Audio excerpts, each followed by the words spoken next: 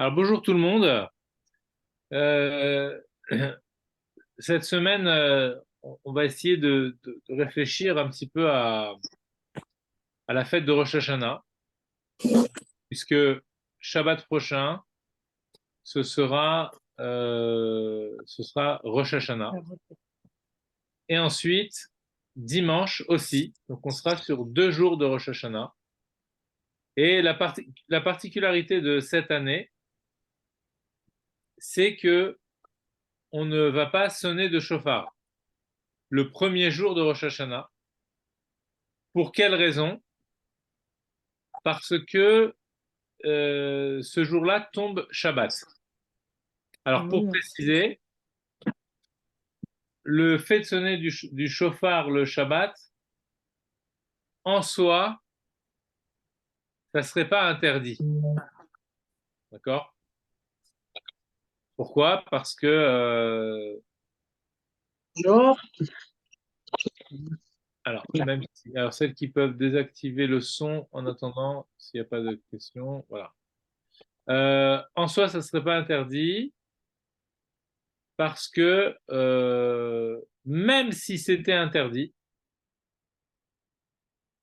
alors il y a un principe dans le Talmud, dans la Gemara, qui dit que quand on a une mitzvah assez et une mitzvah lota assez, d'accord?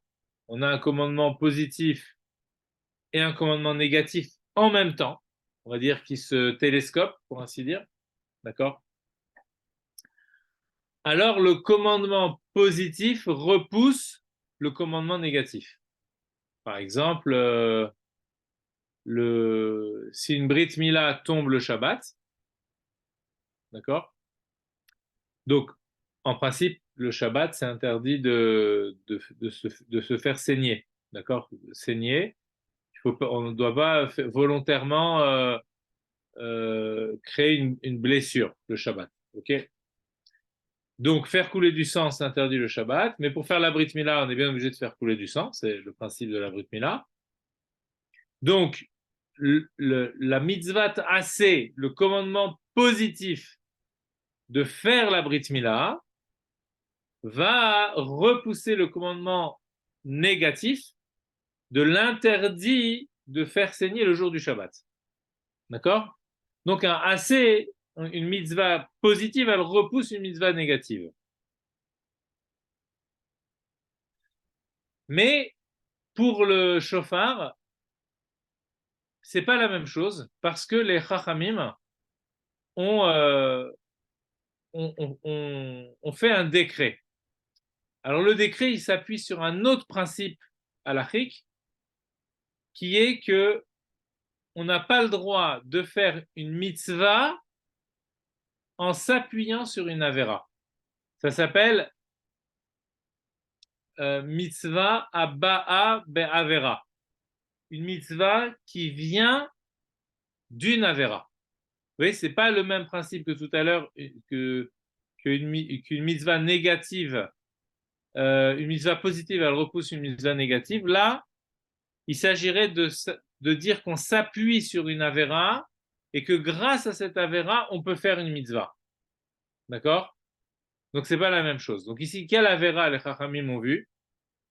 Alors, ils sont partis d'un principe. Ils disent voilà, il y a une mitzvah qui est la mitzvah de faire la Tkiyat Shofar. C'est une mitzvah qui est très chère au cœur de tout le Ham Israël.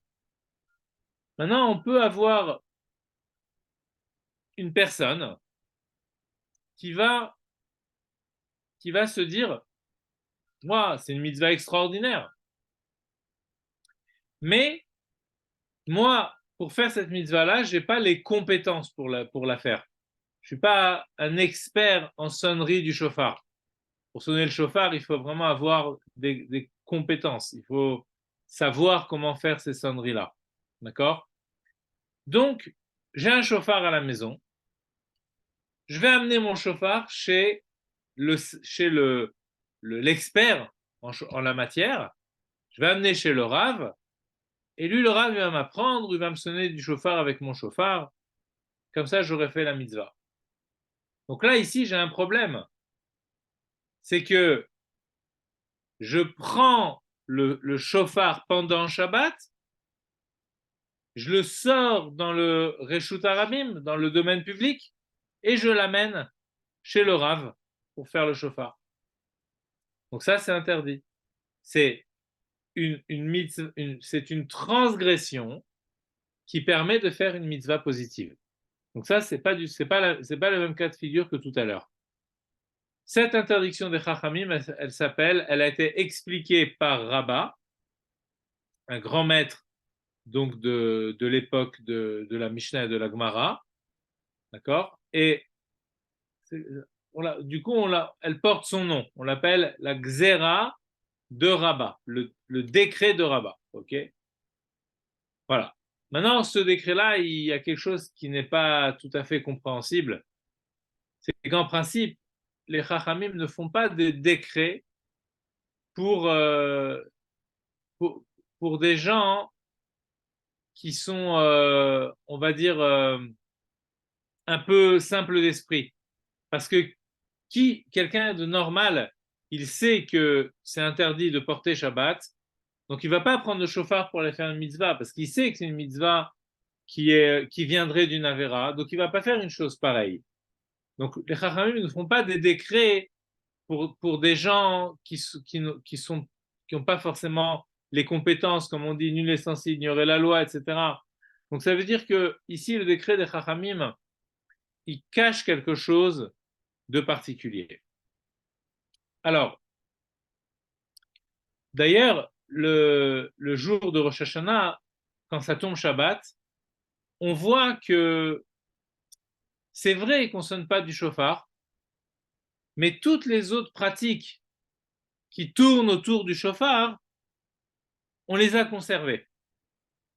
Si il fallait complètement annuler le chauffard, on n'aurait pas gardé l'idée du chauffard pendant Shabbat.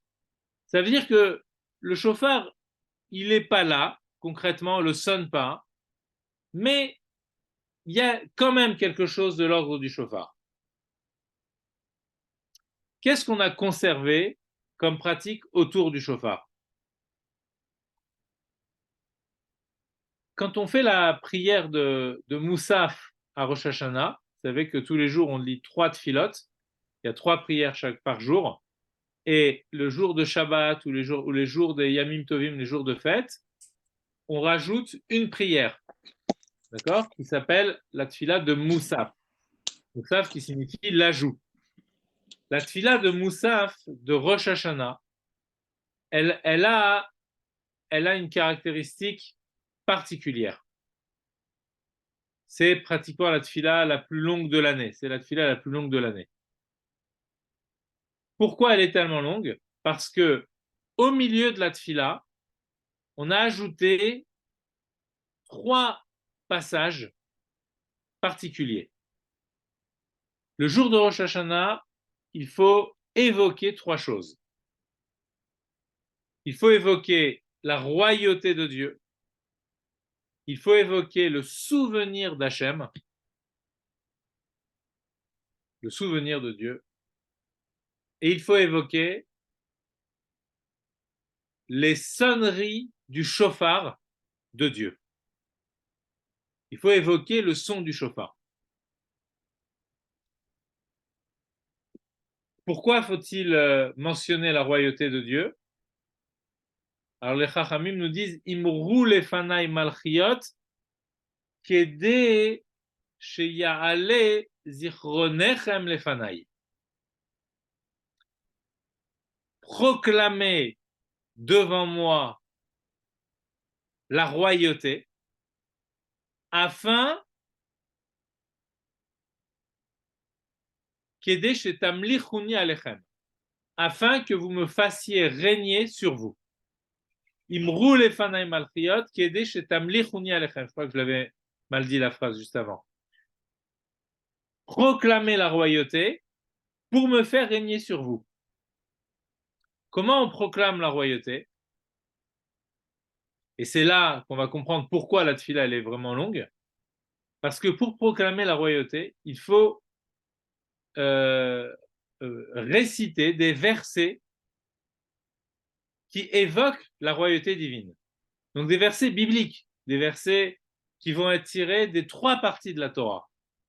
De la partie de la plus sainte de la Torah, de la partie donc des 5 livres de la Torah. Ensuite, on va aussi extraire des versets qui sont issus des prophètes, puis des versets qui sont issus des Ktuvim, ce qu'on appelle les hagiographes, qui sont le degré le plus bas des 3 parties de la Torah. Et donc, il faut évoquer la royauté par ces 3 biais. OK? De la même façon, il va falloir évoquer le souvenir de Dieu. Comment Dieu se souvient de sa création.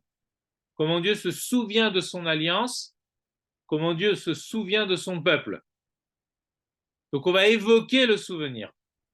On va essayer de comprendre, après c'est un peu l'objet de notre cours aujourd'hui, on va essayer de comprendre qu'est-ce que ça signifie tout ça. Ensuite, il faut aussi, alors je reprends la phase des Chachamim, dites devant moi, proclamez devant moi des versets de royauté, proclamez devant moi des versets évoquant le souvenir, et comment vous faites cette évocation, ou bema, avec quoi vous faites cette évocation, beshofar, avec le shofar. Et c'est pour ça qu'ensuite on a l'évocation du shofar. Donc on a la sonnerie du shofar, mais on a aussi l'évocation du shofar. Globalement, on va retrouver une dizaine de versets pour les psuké malchiot, pour les versets qui évoquent la royauté de Dieu, une dizaine de versets pour le souvenir et une dizaine de versets pour le shofar, pour cette sonnerie dans la corne de bélier. Donc, on se retrouve avec au minimum une trentaine de versets à réciter, plus des textes qui encadrent ces versets, plus les bénédictions qui aussi accompagnent ce verset. Donc, on se retrouve vraiment avec un texte qui est très long, mais qui est en même temps très fort, très intense. D'accord? Chaque verset qu'on lit, il a une puissance évocatrice qui est énorme. Et pas simplement évocatrice, mais aussi proclamatrice. Je ne sais pas si le terme existe, mais en tout cas, vous avez compris l'idée. Pourquoi est-il important de mentionner la royauté divine le jour de Rosh Hashanah? Quel rapport y a-t-il entre la notion de royauté et la notion de Rosh Hashanah?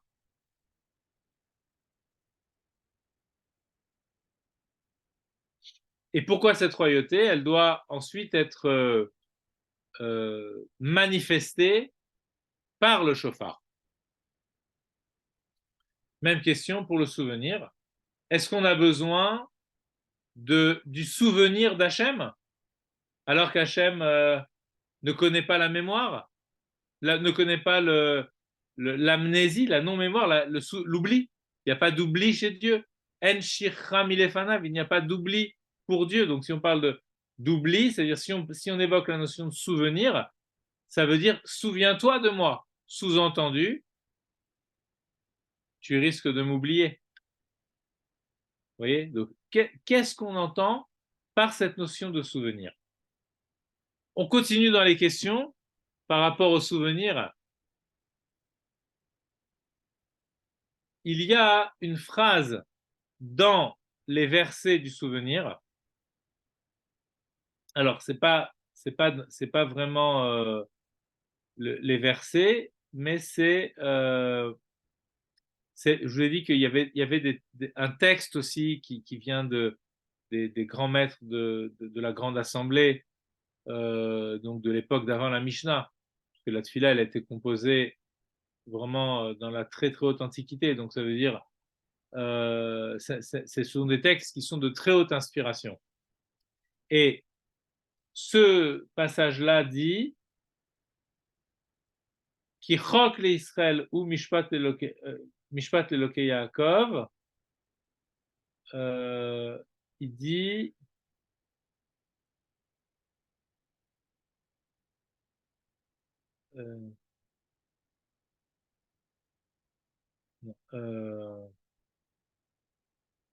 Zikaron Yom Rishon, Ze Hayom, voilà, Ze Hayom, Trilat Maasecha.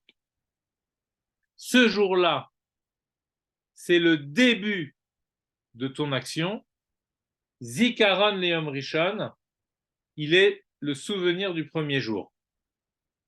Donc là, ici, on ne comprend pas quelque chose parce que le premier jour, c'est le 25 Elul, puisque la création du monde commence le 25 Elul et s'achève le premier Tishri, qui est le 6e jour de la création, qui est le jour de la création de l'homme. Rosh Hashanah, en fait, c'est l'anniversaire de la naissance de l'homme. Ok, on va y revenir après. Excusez-moi. Oui, madame. Juste éclaircir une petite chose avant que vous continuiez, que je m'embrouille. On parle du souvenir de Dieu par rapport au monde. Ça veut dire c'est Dieu qui va se souvenir du monde. On est bien d'accord, c'est ça. C'est pas l'inverse, c'est pas l'homme qui va se souvenir de Dieu. L'homme, il est aussi pris dans un mouvement de souvenir ce jour-là, bien entendu. Donc c'est les deux. Mais si vous voulez, les versets, par exemple, ce sont des versets qui évoquent la puissance mémorielle du divin. Du divin par rapport à l'homme. Divin par rapport à l'homme, exactement. Et d'ailleurs, on voit bien la conclusion de tous ces textes, c'est la bénédiction finale du souvenir qui est béni sois-tu Hachem, Zocher Abrit, qui se souvient de l'alliance. Donc c'est lui qui se souvient de l'alliance. Ok? Mais vous allez comprendre après parce que tout ça c'est un mécanisme entre guillemets spirituel de remise en relation. Bon, on va y venir, je ne veux pas trop anticiper, d'accord? Juste pour préciser la question sur cette phrase-là très, très particulière qui dit que ce jour-là de Rosh Hashanah, c'est un souvenir, c'est le début de ton action et c'est un souvenir du premier jour. Donc, on ne comprend pas, c'est-à-dire soit c'est le début de quelque chose, soit c'est le souvenir de quelque chose. Si c'est le début, ça veut dire que ce n'est pas un souvenir, c'est en acte. Ce souvenir, c'est appeler à la mémoire quelque chose qui n'est pas là maintenant. Donc si on dit que ce jour-là, c'est le début, s'il est le début, c'est un début qui est en train de se faire maintenant. Donc si c'est un début, comment est-ce que je peux en même temps le qualifier de souvenir? Ou plutôt, qu'est-ce que je veux dire en disant que c'est un souvenir? D'accord? Voilà. Et en même temps, il y a une sorte de bifurcation par rapport de décalage par rapport à la réalité, puisque il semble en tout cas qu'on soit en décalage, parce que quand on suit la chronologie de la création du monde, le premier jour de la création du monde, c'est le 25 Elul. Le 6e jour, c'est la création de l'homme. Et c'est sur ce jour-là que l'on dit que c'est le début de l'action, puisque c'est le jour de Rosh Hashanah. Pourquoi on ne dirait pas que le début de l'action, c'est le premier jour, justement? Vous voyez? Donc, s'il n'est pas le premier jour, comment est-ce qu'il peut être début? C'est-à-dire qu'ici, on a l'impression qu'on fait une distinction entre premier et début. Alors qu'en fait, premier, ça veut dire début, en principe. Vous voyez? Donc, on ne comprend pas très bien cette phrase des Chachamim. Il va falloir essayer de lui apporter un éclaircissement. Bon, on a brosser un petit peu le tableau général. Ensuite, il faudra se demander quelle est la particularité du chauffard, qu'est-ce que ça signifie le son du chauffard. Donc voilà, on va essayer d'avancer tranquillement. Il y a beaucoup de choses, vous voyez, c'est très, très riche. Donc on va essayer de répondre. Je ne sais pas si on arrivera à répondre à tout, mais en tout cas, on va commencer. On a commencé par évoquer la notion de royauté. La royauté, ça a quelque chose de particulier. Les textes de Chassidut nous rapportent souvent la phrase suivante qui dit que Ein Melech Belo Am, qu'il n'y a pas de roi sans peuple. D'accord? Il n'y a pas de roi sans peuple. Que veut dire cette phrase? Que veut dire cette phrase? Il n'y a pas de roi sans peuple. Évidemment qu'il n'y a pas de roi sans peuple. Premièrement, ça dit que le roi est désigné par le peuple. C'est ça l'idée. Il y a ici une forme de binôme, roi-peuple, et sans peuple, le roi ne peut pas exister. Donc, ce qui veut dire que si Dieu veut être roi, vous voyez, on inverse l'idée. Si Dieu veut être roi, ben, il faut qu'il ait un peuple. Et c'est pour cette raison que dans la Kabbalah, le principe créateur, c'est la royauté. Dieu crée par la royauté. Pourquoi pas par le chesed? Il y a un verset qui dit Olam chesed ibane. Le monde est construit par la bonté de Dieu.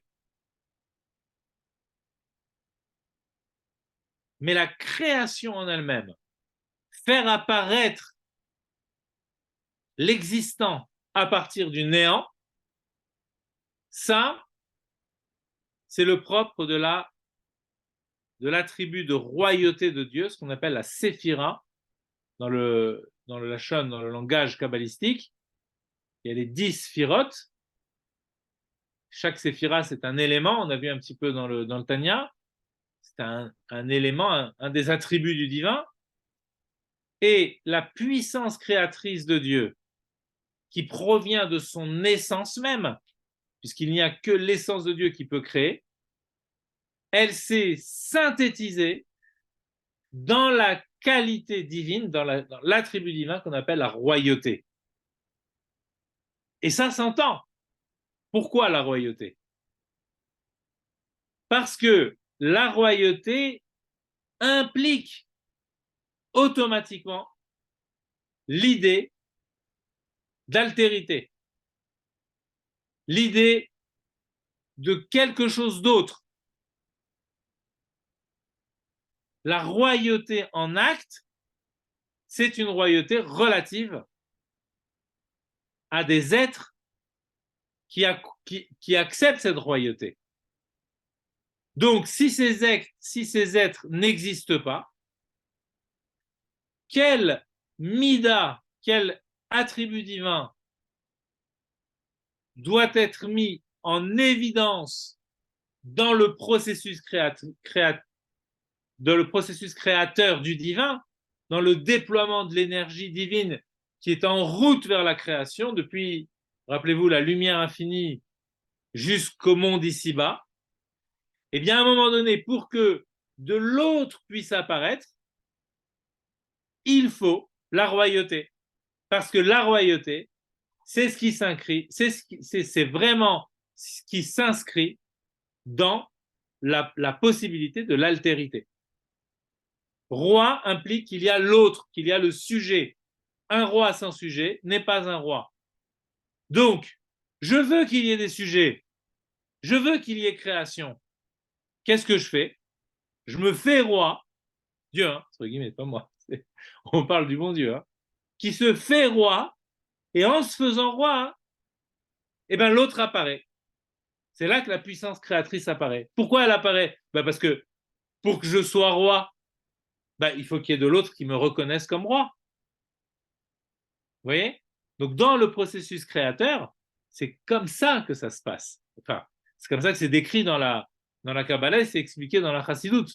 Toutes ces descriptions-là, elles sont là pour qu'on puisse nous donner un petit peu à entendre de ce qui se passe et nous donner un petit peu à nous connecter avec cette chose-là. Mais au tout début de la création, il n'y a pas encore d'être qui puisse proclamer sa royauté. On comprend maintenant pourquoi à Rosh Hashanah, il faut proclamer la royauté. Parce que s'il y a dans la royauté le phénomène créateur, alors ça veut dire que le jour de Rosh Hashanah, lorsque l'homme proclame la royauté divine, il se réapproprie la puissance créatrice. Et pourquoi c'est important? Le Admour Azakan nous dit dans un livre, et il en parle aussi dans le Tanya, dans les Higirat HaKodesh, que l'énergie créatrice du divin, elle procède d'un souffle. C'est un souffle, Dieu crée par sa parole, et dans sa parole, il y a un souffle. Ce souffle-là, on le voit bien dans la création de l'homme, qui est une création à part entière. C'est une création à part entière dans le sens qui est à part par rapport au reste de la création. Pour toute la création, c'est la parole divine qui crée. Donc on comprend que cette parole, elle est liée avec cette notion de royauté. Et d'ailleurs, dans la parole, on retrouve le même mécanisme. Parler à quelqu'un, s'adresser à quelqu'un, c'est le faire exister. Lorsqu'on s'adresse à une personne, on lui témoigne notre conscience de son existence dans la parole. Ok? J'ai entendu dire qu'il y a parfois dans des familles, ou je ne sais pas exactement, où il n'y a pas eu de parole adressée aux enfants, alors il y a des troubles très, très, très importants qui se créent chez ces enfants-là, parce que précisément, ils n'ont pas reçu la parole qui permettrait de les faire exister. D'accord? Donc la parole aussi, je parle, ça s'adresse à quelqu'un. Donc maintenant, on se parle de celui à qui ça s'adresse. Pourquoi je dois proclamer la royauté de Dieu le jour de Rosh Hashanah? Parce que cette royauté-là, on parlait d'un souffle qui se propage dans la création par une expiration. D'accord? Le Mordekan parle d'une expiration, un souffle. Ça souffle de l'énergie divine dans l'existence. Mais ce souffle-là doit retourner à sa source. Il y a l'expiration et il y a l'inspiration. Donc maintenant, il faut inspirer. Pendant toute l'année, on est dans l'expiration du souffle. Cette puissance divine qui donne l'énergie au monde. Or, qu'est-ce qu'on constate au mois de Elul?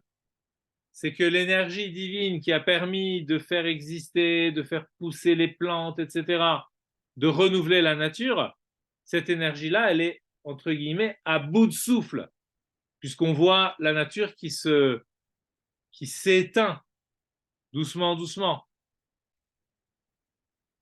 À partir du 15 av, et ça s'accentue à partir du mois d'Elul. Et la nuit de Rosh Hashanah, On a fini le mois d'Elul, on a fini l'année.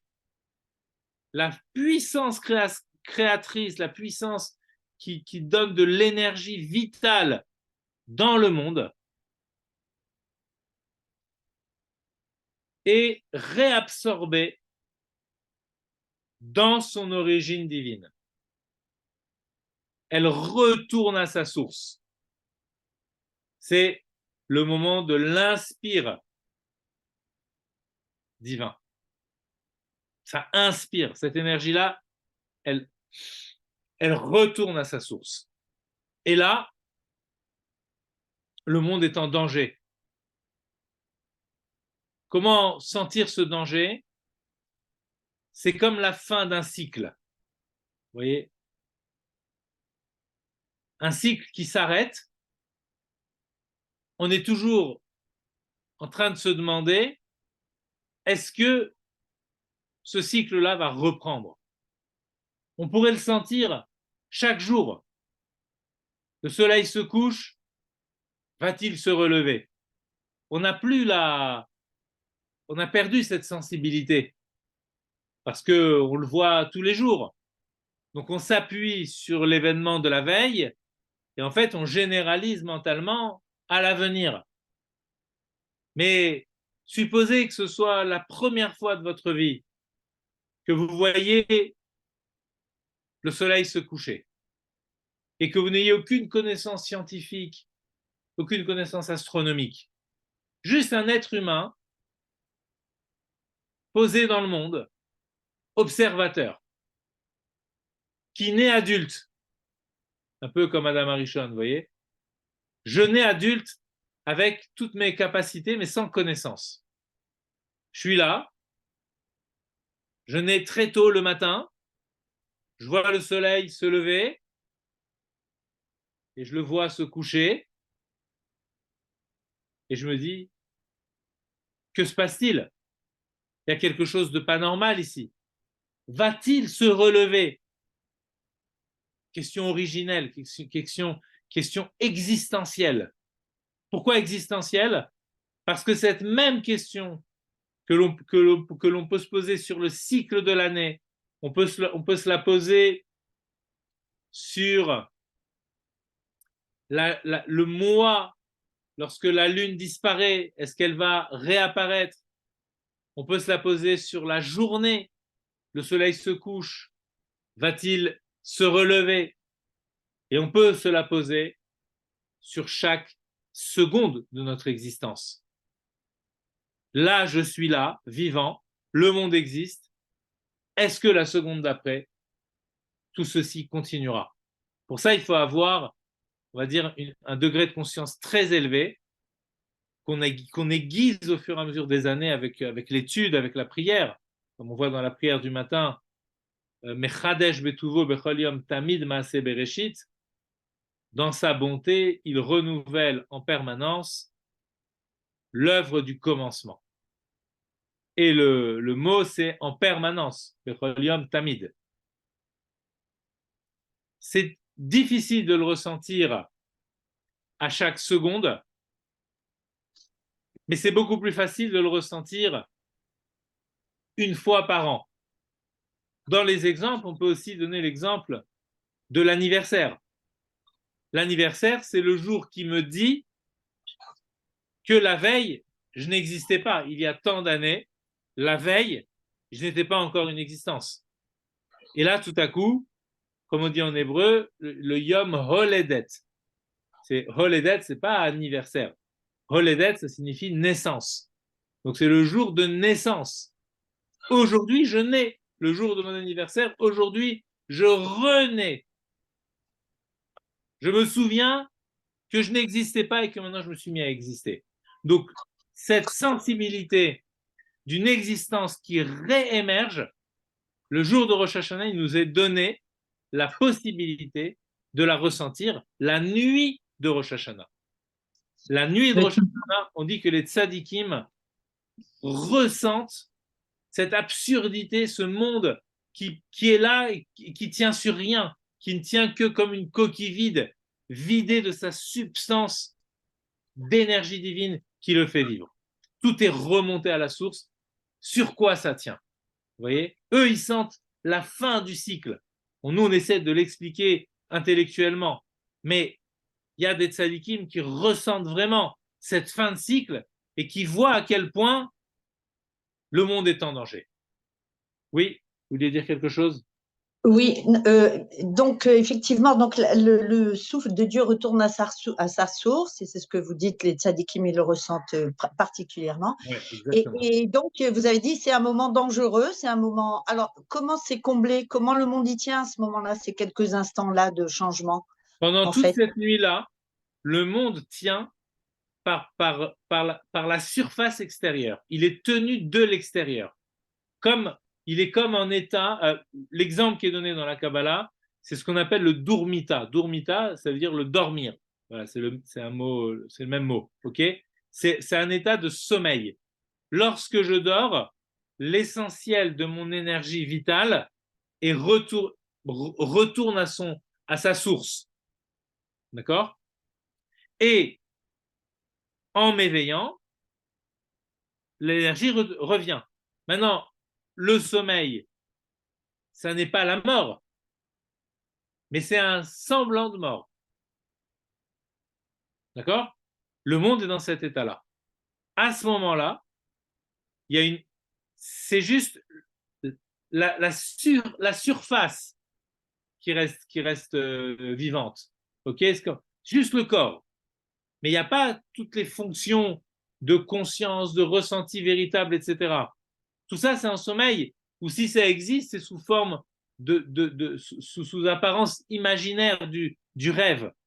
Mais c'est pas, il n'y a pas de prise avec le réel. D'accord? C'est le sommeil. C'est ça l'idée du sommeil. Ça ne serait pas comme une forme d'apnée du sommeil? Après, vous allez encore plus loin. Ça veut dire que là, on est. Le souffle du vin est retourné à sa source et On peut parler d'un coma. Vous voyez ce que je veux dire? Ouais. On peut parler d'une forme de coma. Le monde est dans le coma. Voilà, c'est un coma. C'est un coma, évidemment, pas totalement comateux, parce qu'il y a quand même les tzadikim qui sont là et qui perçoivent cette chose-là. Donc, ce n'est pas que la conscience du monde est est complètement retirée, puisque l'homme, c'est la lumière dans l'en bas du monde. Ok? Le monde, c'est l'obscurité, mais l'homme, c'est la lumière dans l'en bas du monde. Justement, c'est pour ça, ayant une âme, bah lui, il peut sentir que ici, qu'est-ce qu'il fait le bon Dieu? Il est en train de retirer toute l'énergie. D'accord? Et ce que ça nous montre en même temps, c'est un sens de la responsabilité particulier. Parce que lorsque j'assiste à, à cette forme de déclin de l'existence, cette sorte d'évocation de fin du monde, lorsque j'assiste à ça, je ne peux pas assister de façon passive. Puisque s'il m'est donné de voir ça, c'est que j'ai une responsabilité dans le retour de cette énergie, pour qu'on sorte de ce coma, justement. Dans l'éveil, c'est un peu comme le Admorazgan explique dans un Mahamar, c'est par rapport à l'exil, vous voyez, parce que tout ça aussi c'est lié avec la notion d'exil, mais il dit l'exil c'est comme un sommeil, Aïnou kecholmim, nous étions comme des rêveurs, dit le verset, à propos des exilés de Yerushalayim. Et le Noirzaken, il dit, mais quand on rêve, on est quand même conscient qu'on rêve. Et parfois, on peut réussir par cette conscience du rêve à s'éveiller volontairement. Parce qu'en fait, la conscience qu'on a du rêve, c'est la dimension éveillée en moi dans mon sommeil. C'est ce qui, dans mon sommeil, reste éveillé. Comme dit le verset, Ani Yeshena, je sommeille, Velibi Er, et mon cœur est éveillé. Donc en fait, il y a une conscience divine qui est incarnée dans l'humain, et particulièrement chez les tzadikim, chez les grands, les justes de ce monde, du Ham Israël. Il y a cette conscience que le retour de l'énergie divine est là entre leurs mains. Et quand je dis entre leurs mains, c'est vraiment entre leurs mains au sens physique du terme. La main, véritablement. Pourquoi? Parce que le lendemain matin, on va attraper le chauffard. On a vu, ils attrapent le chauffard avec leurs mains pour l'amener chez le juste. Ils ne doivent pas le faire le Shabbat. Mais le chauffard, on l'attrape dans la main et on sonne du chauffard. Et c'est au moment où l'on sonne du chauffard, où l'on met le souffle dans la corne de bélier. À ce moment-là, le souffle divin, à nouveau, expire et refait vivre le monde. Ce qui signifie que le cri du chauffard, c'est l'appel du côté de l'homme, on va partager en deux. Du côté de l'homme, c'est l'appel vers le divin. Et du côté du divin, c'est l'expiration dans l'homme. Comme si l'homme, en soufflant, happait le souffle originel.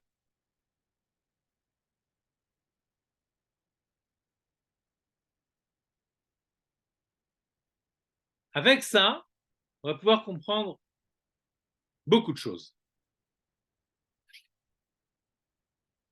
Premièrement, on a compris l'importance de la royauté. Le son du chauffard, c'est une évocation de la royauté. C'est un cri qui vient du plus profond du cœur, qui dit à Dieu, je ne supporte pas la vie sans toi. La vie n'est pas sans toi. Donc, règne, règne, Mélor, règne.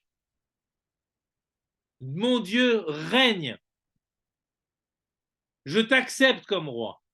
Du plus profond de mon cœur, je crie à ta royauté. C'est un cri d'alarme, c'est un cri de désespoir. Il n'y a plus de sens et je ne supporte plus cette vie sans sens. Je ne supporte plus l'état d'âme dans lequel je suis. Cet état d'éloignement, je ne supporte plus. Je veux être proche. C'est ça toute la notion de tchouva à Rosh Hashanah. Je veux être proche de cette royauté. Je veux la sentir et pour la sentir, il faut que je l'accepte. Donc le cri du chauffard, c'est un cri adressé au roi des rois pour qu'il réaccepte d'être roi. C'est un cri qui dit la vie n'a pas de sens sans cela. Je ne suis rien.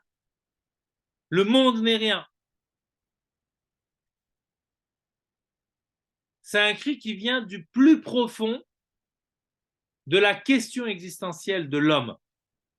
La question sur son propre être. Sur le sens de l'existence.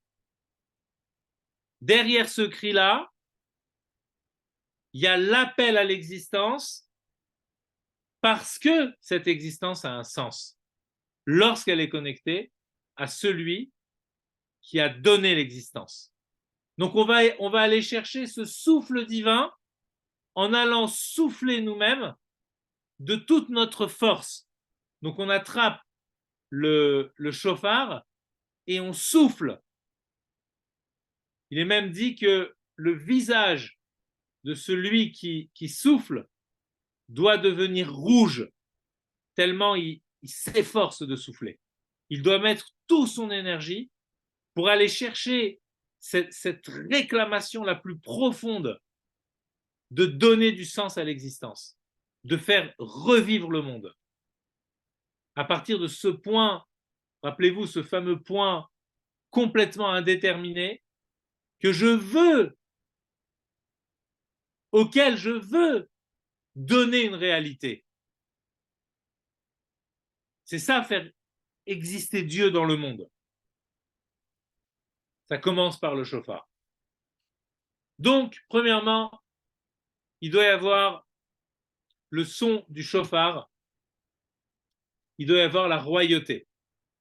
D'accord? Maintenant, on a dit que la royauté, on l'a proclamée le jour du Shabbat aussi, par les versets, et pas uniquement par le shofar. Les versets qu'on lit avant le shofar vont donner tout le sens à la sonnerie. Ce sera la sonnerie de la royauté. La deuxième sonnerie, ce sera la sonnerie du souvenir. Et les versets donneront le sens à cette sonnerie. Et on a dit que quand ça tombe Shabbat, on évoquait quand même la royauté. Et on évoquait quand même le souvenir et même le shofar, alors même qu'on ne sonne pas le shofar. À quoi servent ces versets? À quoi ils servent? Pourquoi on dit ces versets? Après tout, on pourrait dire, on sonne du shofar, on proclame la royauté, c'est bon. On a fait le job, voilà, on a fait ce qu'il fallait. Non, on voit qu'il y a des versets à lire. Dites devant moi des versets de royauté. En fait, ces versets, ils vont servir à donner une réalité à la royauté divine dans le sens même du divin. C'est-à-dire, le texte divin, c'est un texte engageant pour Dieu. Tu as dit ça. Mon Dieu, tu as dit ça. C'est pas moi. Qui a écrit cette Torah? C'est toi. C'est ton texte à toi. C'est dans ce texte-là que tu te dévoiles. Donc maintenant, je te demande d'accepter à nouveau la royauté pour donner l'énergie au monde. Mais en fait, pourquoi tu es obligé, entre guillemets, d'accepter cette royauté? Parce que tout ton système, il fonctionne à partir de là. C'est toi-même qui l'as dit. Comme on dit des fois à un enfant, tu l'as dit, hein? Tu l'as dit. Donc maintenant, tu dois le faire. Tu t'es engagé. C'est toi qui as dit ça. C'est toi qui as dit, je serai roi. Donc si tu l'as dit, tu dois le faire. Comme quelqu'un qui lirait un texte qu'il aurait écrit lui-même longtemps avant. Et dans ce texte-là, il s'est engagé à faire quelque chose. Qu'est-ce qu'on fait? On lui amène le contrat. On lui dit, regarde, tu as signé ici, tu as écrit, tu as signé. Et là, en lisant le contrat, il va dire, c'est vrai, tu as raison. Et toute la motivation qu'il avait auparavant de s'engager dans cette affaire, hein, pour quelqu'un, par exemple, qui s'est engagé dans une affaire, il a signé qu'il s'est engagé dans l'affaire. En relisant le texte qu'il a écrit, le désir de s'engager dans l'affaire va renaître en lui. La motivation va renaître. Relis ce que tu as écrit il y a 10 ans, il y a 20 ans. Relis. Et tu vas voir. Et en relisant, il y a tout ce désir-là, la motivation qu'il avait au début, qui va lui revenir. C'est pour ça que c'est important dans les thérapies de faire écrire aux gens, certainement. Et lorsqu'ils écrivent, on peut reprendre cette écriture-là 1 an après, 2 ans après. Venez, on relit ce que vous aviez écrit dans le cahier. Et là, il y a des choses merveilleuses qui vont ressurgir et qui peuvent redonner une motivation à la personne. Donc ça, c'est pour la petite parenthèse psychologique que je vous laisse explorer. Voilà. Si on revient à notre relation au divin, donc on comprend pourquoi on a tous ces versets. Très bien. Donc on a l'évocation par le verbe de la royauté divine qui résonne aux oreilles du divin comme une réinvitation à l'engagement. Puis on a la conclusion par le shofar qui va solliciter au plus profond de lui-même le divin pour pouvoir redonner la puissance créatrice. Alors, pour continuer, je ne sais pas quelle heure il est, mais vous avez encore un peu de temps ou pas? Un tout petit peu. Ouais, je continue encore. 10 petites minutes, ça vous va? On essaye de Maximum. pousser un petit peu? Parce que c'est dommage, là, on s'arrête au milieu. Bon, alors, je continue un petit peu. Tout à l'heure, on a dit qu'on évoquait la royauté et ensuite le souvenir. D'accord? Or là, on devrait se poser une question. Ça fait partie des questions que je n'ai pas posées tout à l'heure, mais en fait, quelque part, c'est la question de base. Ici, il y a un problème de logique. Au niveau structure, il y a un problème de logique. Pourquoi? Parce que il serait plus logique de dire j'évoque le souvenir, donc souviens-toi qu'on est là, et d'une fois que tu te souviens qu'on est là, eh ben, tu vas te souvenir de la. Tu vas pouvoir être roi. D'accord? Mais là, on fait le contraire. D'abord, on évoque la royauté, ensuite, on évoque le souvenir. Pour quelle raison? Alors, en fait, dans la volonté, je vais un peu vite, dans la volonté de la création du monde, il y a deux choses. Au tout début de la création, il y a la création, il y a le désir de créer que Dieu fait naître en lui-même, par lui-même. D'accord? Donc, il a voulu créer, personne ne lui a demandé, personne, il n'y avait personne d'ailleurs pour lui demander, donc il a voulu créer par lui-même. Ok?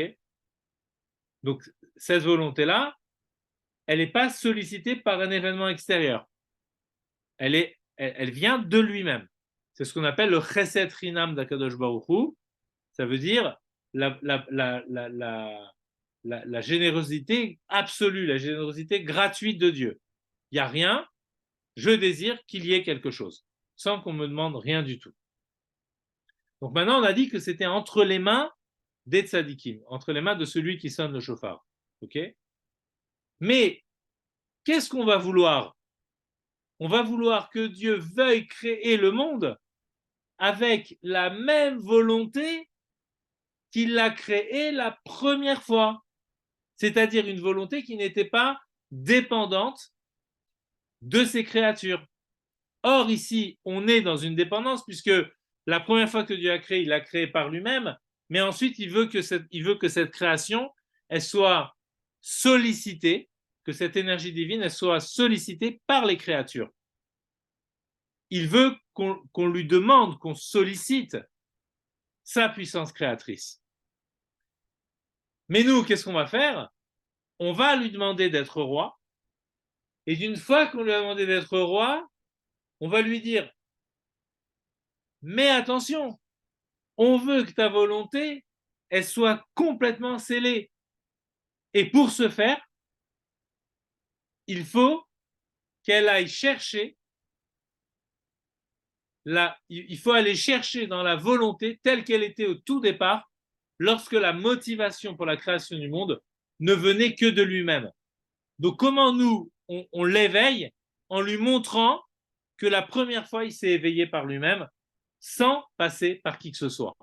Et c'est pour ça qu'on dit, c'est le début de la création. C'est l'homme, lorsque l'homme est créé, on peut considérer que maintenant les choses commencent véritablement. Parce que c'est l'homme la finalité de la création. Mais quand on dit que c'est le début de la création, on dit tout de suite, c'est le souvenir du premier jour. Parce que le premier jour, c'est quand tu as créé par toi-même. Sans qu'il y ait cette dialectique entre toi et moi, puisque moi, je n'existais pas encore. Sans qu'il y ait cette sollicitation par l'en bas, puisque l'en bas n'existait pas encore. Donc c'est Zikaron et Yom Rishon. On fait exprès de dire ça. C'est un souvenir du premier jour. On évoque ce moment où Dieu a désiré créer par lui-même. Et finalement, ça aboutit. C'est ça toute l'idée des versets de souvenir et de la sonnerie du souvenir. C'est ça l'idée. Okay, c'est essayer d'aller attraper le désir de créer le monde, le faire remonter au souvenir du divin tel qu'il était la première fois. Et ensuite, on aboutit sur Shofar, parce que le Shofar, ça évoque le Har Sinaï, le moment du dévoilement d'Hachem par lui-même. Et c'est ce qu'on veut, c'est le sens qu'on veut essayer de donner à notre sonnerie du Shofar. On ne veut pas qu'elle soit simplement restreinte au son qui sort de nous-mêmes, mais on veut entendre dans le son qui sort de nous-mêmes la sonnerie infinie du son du Shofar de l'époque de Matan Torah, qui retentira de façon complètement révélée à l'époque de Mashiach. Ce qui veut dire que on doit entendre notre sonnerie comme un support de la sonnerie du don de la Torah qui va faire tremplin sur notre sonnerie jusqu'à l'évocation de la sonnerie Teka Beshofar Gadol, sonne dans le grand shofar de la sonnerie d'Hachem lui-même, c'est-à-dire de sa manifestation patente, flagrante dans le monde. Alors pourquoi on ne sonne pas le jour du Shabbat? Parce qu'en fait, la sonnerie du shofar, elle évoque le plaisir de Dieu, la volonté de Dieu de créer le monde. Et le jour du Shabbat, ce plaisir-là, puisque c'est la finalité de la création, le jour du Shabbat, ce plaisir-là est déjà présent le jour du Shabbat. Donc finalement, fondamentalement, il n'y a pas besoin de créer le jour du Shabbat, de sonner le jour du Shabbat, à part dans le Beth Amikdash, où là, on va chercher un plaisir qui ne peut se donner que de cette façon-là. Dans le Beth Amikdash, ça va être le fond du plaisir qui dépasse même le jour du Shabbat. Okay, c'est pour ça que dans le Beth Amikdash, on pouvait sonner, mais pas dans le reste du pays ou dans le monde entier, où on est quand même qu'à la surface par rapport à ce qui se passe dans le Beth Amikdash.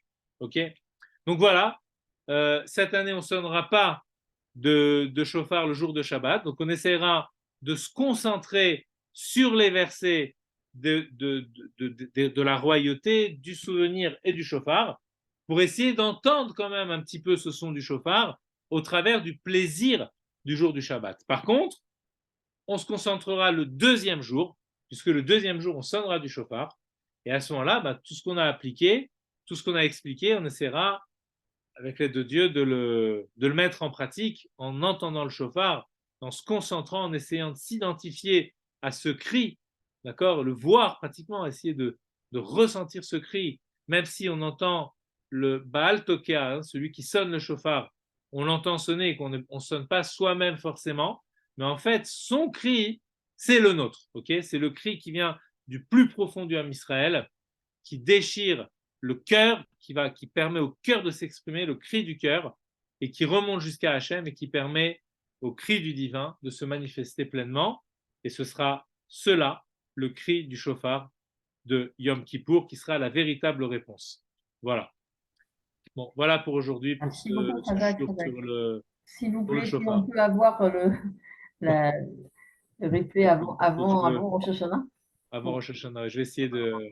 C'est vraiment super, vraiment super. Je fais le maximum, je fais le maximum pour le faire, je suis trop en retard. Merci beaucoup et Shana Tova.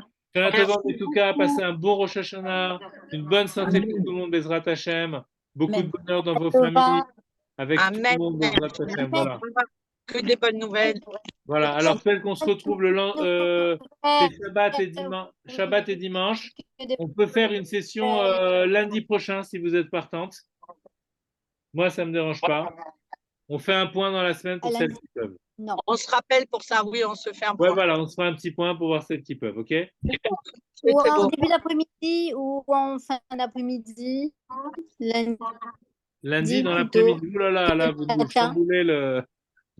Vous chamboulez le... Non, c'est pour la semaine. Non, c'est au lieu de faire, c'est mardi. Ah, mardi, vous voudriez faire lundi. C'est pas lundi. Alors, le lundi... Non, pas du tout. Non, c'est pas ça que j'ai... Vous avez parlé de la semaine prochaine, comme quoi vous vouliez faire un cours, ça serait top lundi. Ou non, mardi. Non, j'ai fait, Ah, d'accord. Bon, mardi, c'est bon. j'ai fait une erreur. Vous avez. D'accord. Non, Ok, mais ok, il n'y a pas de problème.